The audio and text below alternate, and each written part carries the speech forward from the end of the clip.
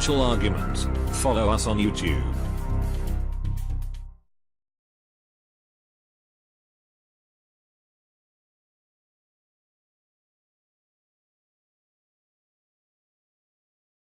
Now, since this fake recovery started back in 2008, and we know that this is one gigantic illusion, and the central banks around the world, they all coordinated with each other, and they implemented stimulus, they implemented zero or negative interest rates, and they kept the entire system running for all of these years. And what we're seeing right now is the entire system breaking down, one economic sector at a time, and it is spreading very, very quickly. Now, German Secretary General of the Economic Council of the CDU, Wolfgang Steiger, he has highlighted the growing economic crisis in Europe. Well, it is getting worse. The negative interest rates of Draghi and the ECB, he's saying that they have totally failed. He has pointed out that despite various EU stress tests for banks, time and time again, they continue to fail, just like the one in the United States. These stress tests were put into place to give everyone the feeling that everything is going to be okay. Because once a disaster hits, like the Great Recession of 2008, what they normally do during these time periods, they need to make everyone feel better, more comfortable. They need to gain trust again. So they raise the FDIC insurance, and they say, oh, look, we're going to test these banks this time, and this will not happen again. They did this back in 1930. This is when they implemented the FDIC insurance because no one had faith in the banking system anymore, and they needed to bring the funds back to the banks. So this is what they have done. They've done it again in the 2008 crisis. And we could see at this point that these stress tests, they're completely fake, phony, and false. And he is out there saying that, listen, all this has not worked, and we're in this fake recovery. The only thing that's going to work is reforms. Actually, what's going to work is getting rid of these central banks, is getting rid of this entire manipulated economy, going back to a true economy where there's honest reporting, honest transactions, honest currency. What we're seeing today is everything, the criminal acts of the banking system. That's what we're seeing. Now, we are seeing the economy break apart in all different areas. We know the retail sector, it is a complete and utter disaster. Now, department stores, they're getting hit very, very hard, and they're doing whatever they possibly can to bring the customers into the stores. They're looking at huge discounts, sales. They're even discounting cosmetics. And we see Lord & Taylor, Bloomingdale's, Macy's, and many of the other big department stores, well, they are basically giving 15%, 25%, whatever they possibly can do to bring in people into the stores. Now, what is happening here is the corporate media is making it seem like everyone is just, well, they're going online and they're shopping there. Well, if that is true, the retail industry would be booming right now. They'd be like, oh my God, look, our online sales, they are fantastic because, again, Macy's has their department store and they have an online presence. Bloomingdale's has the same thing. Sears has the same thing.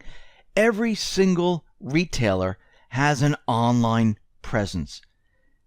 Now, these companies, they are going bankrupt. It's not because, oh, everyone went to online. No. What is happening here is that people aren't spending the money. Remember, online is only 8% of total retail sales. So what we're seeing is a breakdown because people don't have the jobs. If you don't have the jobs, you don't have the extra money. And a lot of people, it's very difficult for them to see this. I mean, coming from the younger generation where they're graduating college, coming out of high school, they can't find those jobs, or those individuals that have lost their jobs, they get it. But people who are retired, who are receiving a pension, who've made it throughout this entire period, it's very difficult for them to see it. They will see it when all of a sudden their pension disappears. People wake up when it actually affects them. When it doesn't affect them, and let's say there's an individual that is working in a corporation, maybe they're not getting a raise with the cost of inflation. Maybe they're not getting that, but they still have their job. They're saying, oh, yes, I noticed that, but everything seems to be fine. And if you're not looking for a job, you don't know what the job market's really like. Just like if you're not selling a house, you really don't know what the housing market is like. If you're on a pension and you're receiving the same amount of money each time, you really don't know what the economy is like. Yes, you can see inflation here and there, food prices going up, but until these things disappear, until it affects you, you really don't understand what's going on. Now, it has affected millions of people. Think about it. Over 100 million people, well, they're still looking for jobs. The government just doesn't count them. So they're affected. They understand what is happening. And the rest of the population, when this whole entire system comes down, they will also understand what is going to happen. Now, when we look at what is happening within the stock market, now we know this is based on one gigantic illusion. And if you look at what is going on in the S&P 500 and everything else, you can see that they use some tricky accounting methods to make everyone believe that everything is perfectly fine. Everything is great. Now, since July of 2012, so over the past 5 years or so, the trailing 12-month earnings per share of all the companies in the S&P 500 index, that rose around 12% in total, or just over 2% per year on an average basis, or barely the rate of inflation. These are not earnings under the generally accepted accounting principles, GAAP, but adjusted earnings, as reported by companies to make their earnings look better. Not all companies report adjusted earnings. Some just stick to GAAP earnings and live with the consequences, but many others are reporting adjusted earnings. And that's what Wall Street propagates, adjusted earnings. Adjusted earnings are earnings with bad stuff adjusted out of them. It's almost like looking at your own household budget and saying, okay, we don't have that credit card debt, let's get rid of that. We don't have a car payment, let's get rid of that. We're not going to include that. Wow, we're doing fantastic. We have all this extra money. This is what companies do. So they're generally displaying earnings in the most favorable light. And these adjusted earnings are now back where they've been on March 2014, with no growth whatsoever. So even this method is not working. This is total stagnation, even for the adjusted earnings. And yet, over the same 3+ years, the S&P 500 index has soared to 33%. This is a problem. Now, given that there's been zero earnings growth over the past 3 years, even under the most optimistic adjusted earnings scenario, and only about 2% per year on average over the past 5 years, the S&P 500, these companies are not high growth companies. On average, they're stagnating companies with stagnating earnings. In other words, earnings, they didn't expand. The only thing that expanded was the multiple of those earnings to the share prices, the PE ratio. And this is a major problem. We're going to see a stock market tsunami. This is like red flashing lights saying, hey, there's going to be huge, huge problems. Now, the Fed is out there, and we know that Janet Yellen is going to present the Fed's monetary report to Congress this week, and her remarks are already being posted online. She's saying that the valuation pressures across a range of assets and several indicators of investors' risk appetite have increased further since mid-February. So, what is she actually saying? Well, Yellen right now is clearly warning that the Fed sees bubbles in the system. So she is saying that the valuation pressures in the market is simply incredible, particularly when you consider that the Fed has been actively propping up stocks for the better part of 8 years. They created these bubbles. And now they're saying, yes, they're not calling them bubbles, but we see them and they're going to pop. Secondly, Yellen reiterates the Fed's intention to begin normalizing its balance sheet this year. Now, this is an absolute game changer for the markets, as it marks the first time in a decade that the Fed will be actively withdrawing liquidity from the system. Remember, they've been purchasing all these stocks. They've been pumping up the market. They've been manipulating everything. Now they're trying to let the air out. And you know what's going to happen, because once they start doing this, there are no retail investors that are going in and buying all of this stuff to keep the market up. So the Fed is getting ready to pull the plug on the markets. What does this mean for stocks? Well, we're going to have the third and worst crisis in 20 years. And if you look at this over time, you can see that the pattern is exactly the same. In the year 2000, all of a sudden, the S&P came down. In the year 2008, same thing. The S&P came down. And back then, the S&P was around 1,600. Today, we're at 2425 or so, around that area. I mean, this fall is going to be incredible. And it's going to be absolutely catastrophic. So, when we look at all of this, we can see that we're in for major problems. Now, Bank of America, they've been looking at what the Fed is doing, and they're trying to figure out, why is the Fed suddenly panicking or rushing to do this? Why now? Why do they need to do this? Well, when they looked at all of this, they noticed a pattern. And we've noticed the same exact pattern. And what is this pattern? The overshooting on the unemployment rate. Now, the unemployment rate has fallen well below even the Fed's revised estimate. Now, several Fed officials have pointed out that undershooting full employment can and will be problematic. The Boston Fed President Rosengren argued last summer that after hitting a cyclical low, there are no episodes in which unemployment rose a bit and remained stable at its natural employment rate. Rather, a recession has always followed. Now, when we go back in time and we look at the unemployment rate and where it overshot, we can see that this is absolutely true. If we go all the way back to the 60s, as soon as this occurred, we were in a recession. Around 1970-71, we know we were coming off the gold standard, we entered into a recession. 74, 75, same thing, a recession. Fast forward to the 80s, we saw the same thing, it was a recession. 90s, recession.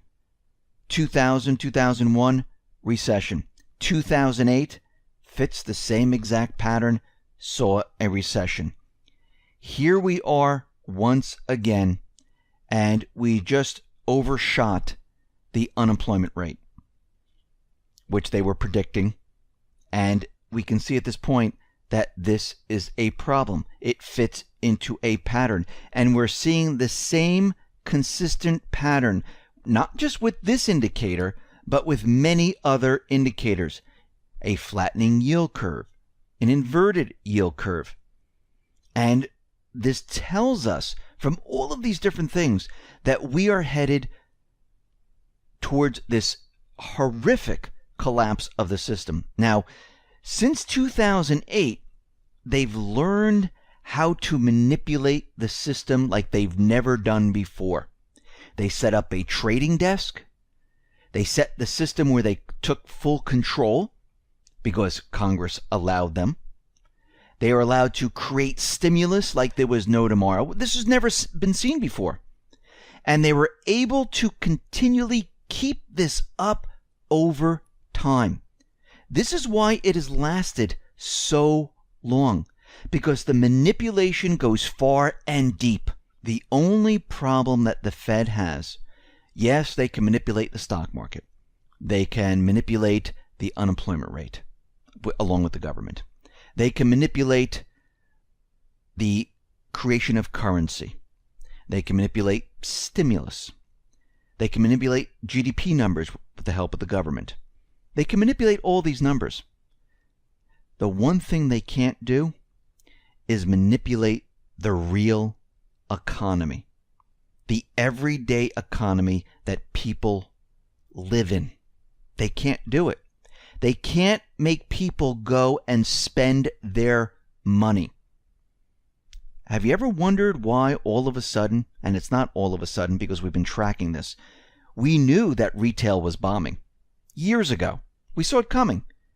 We reported on it each time because we said, if people don't have jobs, retail is just going to get worse and worse as time went on. And what have we seen? Exactly that. They can't make people go out and spend money they don't have. This has always been their problem. Why do you think they're talking about helicopter money? Because they're hoping they'll be able to manipulate this system much longer. And what is happening here, they can't make companies earn more money. Yes, they can buy back stocks. Yes, they can close plants, save money. They can lay off people. But when you do this, it affects the spending of everyday people. So the real economy, they can't manipulate. And as this continually falls apart, like back in 2008, prior to this, back during the Great Recession, we saw that the stock market at that time, that was at all-time highs. Back in the Great Depression of 1929, the stock market was like 400 points. And they were like, wow, this is never going to go down. Back in 2008, it hit 14,000 points. Here we are, at 21,000 points. The problem is that they know eventually the manipulation, it's not going to hold. Because eventually reality sets in. The retail apocalypse continues. The pension systems in the municipalities, in the states, in private companies, well, they implode. Companies, well, they can't make the sales, so they have to lay off people. They close manufacturing plants. And with less people working, you have a bigger problem. So it started off with manufacturing. Then they said we were a service country. Everyone was getting retail jobs, and they were getting jobs in the food industry. Now retail is falling apart. So all those people, well, they can't go to manufacturing because that doesn't exist. They can't go to retail because that doesn't exist anymore. Where do they go? Well, they can't go to food and beverage because everything that we're looking at with restaurants, that is also declining. So the service industry that we're supposedly are, a service country, that is now falling apart. So basically, they have this catastrophic collapse coming, and there's nothing they can do about it. They think they can, but there's nothing they can do about it. And they know that the system's eventually going to come down. Now, what they want to do is they want to control it. They want to control the narrative. They want to tell the story of how this happened and why it happened. To, of course, take all the blame off of them. This is what we see happening right now.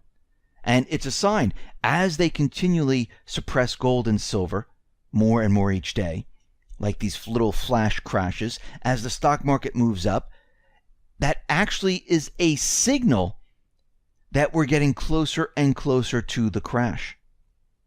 That's what that tells us, because they're getting more and more nervous, and they're continually doing this to make everyone believe.